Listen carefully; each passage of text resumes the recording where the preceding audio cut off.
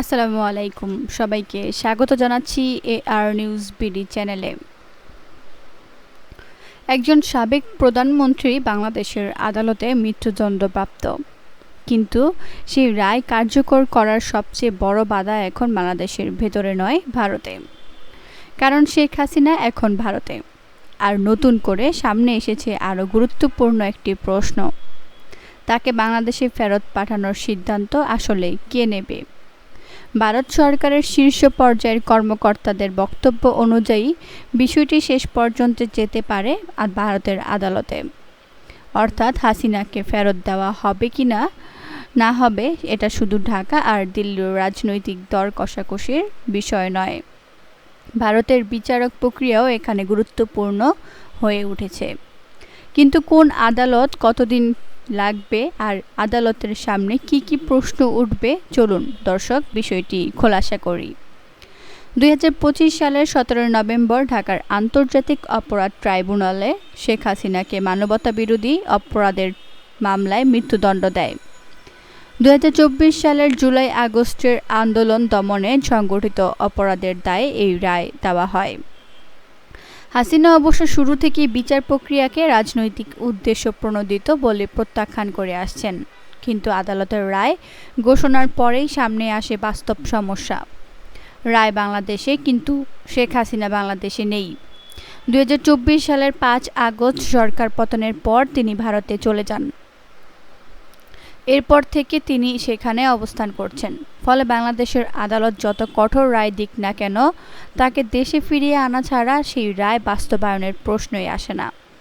এই কারণে ঢাকা দিল্লির কাছে প্রত্যর্পণের দাবি জানায়।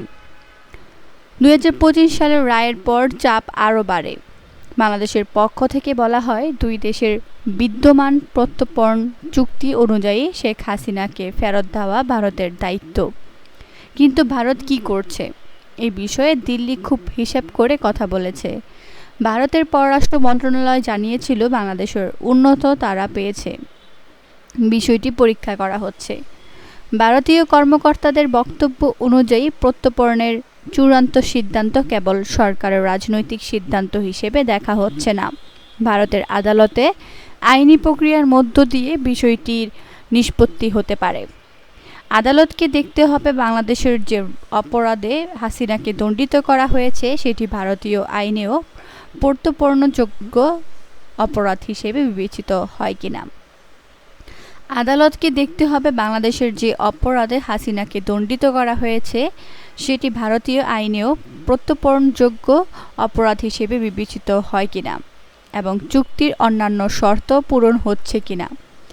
ভারতের এক শীর্ষস্থানীয় কর্মকর্তার নাম প্রকাশ না করার শর্তে দেশটির সংবাদ মাধ্যম ইন্ডিয়ান এক্সপ্রেসকে বলেন, প্রত্যর্পণের সিদ্ধান্ত শেষ পর্যন্ত আমাদের আদালত নেবে। এটি কোনো রাজনৈতিক বা কূটনৈতিক সিদ্ধান্ত হবে না। আর আদালতের প্রক্রিয়ায় যেটি প্রতিষ্ঠিত করতে হবে তা হলো যে অপরাধগুলো করার অভিযোগ আনা হয়েছে সেগুলো ভারতের আইনেও অপরাধ হিসেবে শ্রেণীবদ্ধ কিনা। তাহলে প্রশ্ন আসে, বাংলাদেশ তো ভারতের সঙ্গে প্রত্যর্পণ চুক্তি করেই রেখেছে, তাহলে এত জটিলতা কোথায়? 2013 সালে বাংলাদেশ ও ভারত প্রত্যর্পণ চুক্তি স্বাক্ষর করে।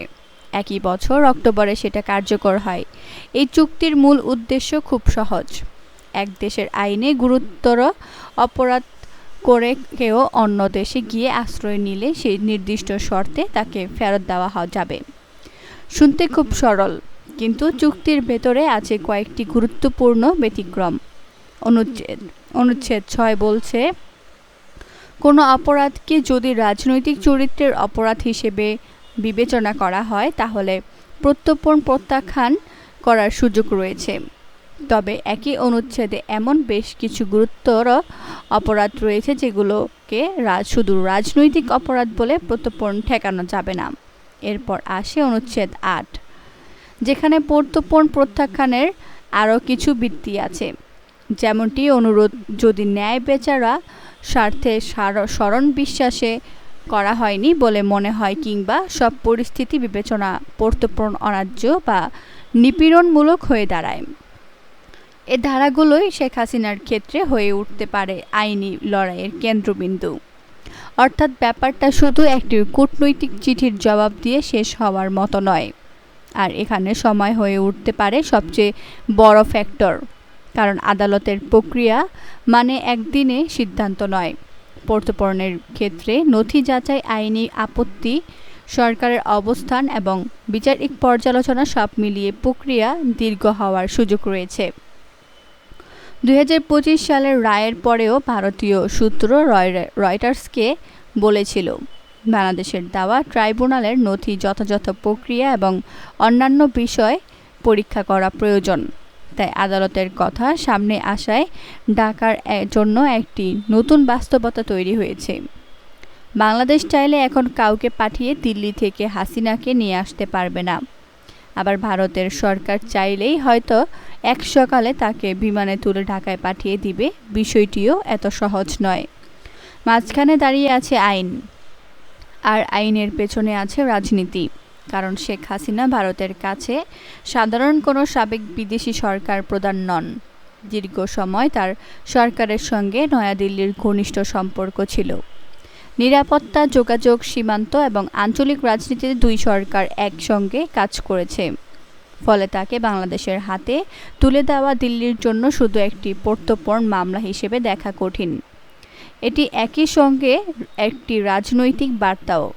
এই টানাপড়েনের মাঝেও আরেকটি বিষয় লক্ষ্য করার মতো, হাসিনা ইস্যুতে দুই দেশের মধ্যে বিরোধ থাকলেও ঢাকা ও দিল্লি পুরো সম্পর্ককে ভেঙে পড়তে দিতে চায়নি। হাসিনা ইস্যুতে দুই দেশের মধ্যে বিরোধ থাকলেও ঢাকা ও দিল্লি পুরো সম্পর্ককে ভেঙে পড়তে দিতে চায়নি। 2025 সালের এপ্রিলে ব্যাংককে বিমস্টেক সম্মেলনের ফাঁকে ডক্টর মোহাম্মদ ইউনূস ও নরেন্দ্র মোদীর বৈঠক হয়।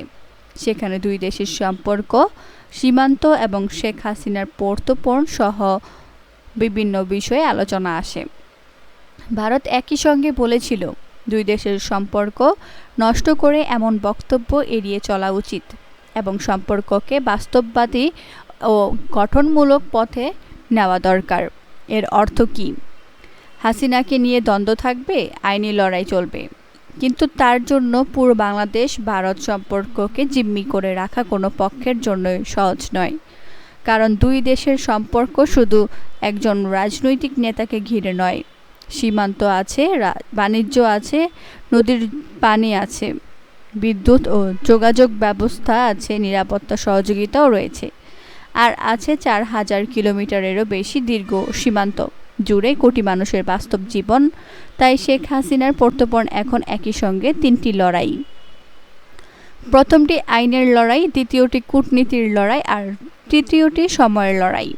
একজন সাবেক প্রধানমন্ত্রী এক দেশে মৃত্যুদণ্ডপ্রাপ্ত, অন্য দেশে অবস্থান করছেন। মাঝখানে দুই দেশের চুক্তি, আর সেই চুক্তির প্রতিটি শব্দ এখন হয়ে উঠতে পারে দক্ষিণ এশিয়ার সবচেয়ে আলোচিত আইনি লড়াইয়ের অংশ। আর মাঝখানে একটি প্রশ্ন, শেষ পর্যন্ত ভারতের আদালত কী সিদ্ধান্ত দেবে? সে উত্তরই হয়তো ঠিক করবে শুধু শেখ হাসিনার ভাগ্য নয়, আগামী দিনের ঢাকা দিল্লির সম্পর্কের গতিপথ। আজ এখানে শেষ করছি। সবাই ভালো থাকুন, সুস্থ থাকুন। আল্লাহ হাফেজ।